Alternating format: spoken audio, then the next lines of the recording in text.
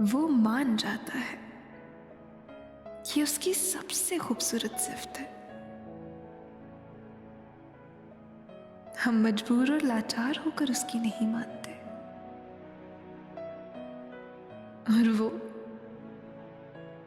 बाइख्तियार होकर हमसे मान जाता है।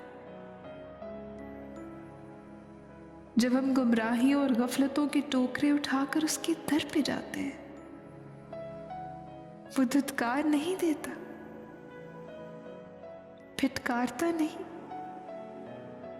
पिछली तौबा याद नहीं कराता,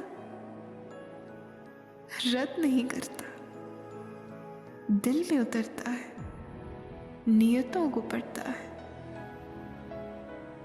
नदामत को देख लेता है, बंदगी को भांप लेता है और अपने बंदे से खुश हो जाता है, उसके दिल को सुकून से भर देता है, उस पर एहसान करता है और उसे माफ कर देता है।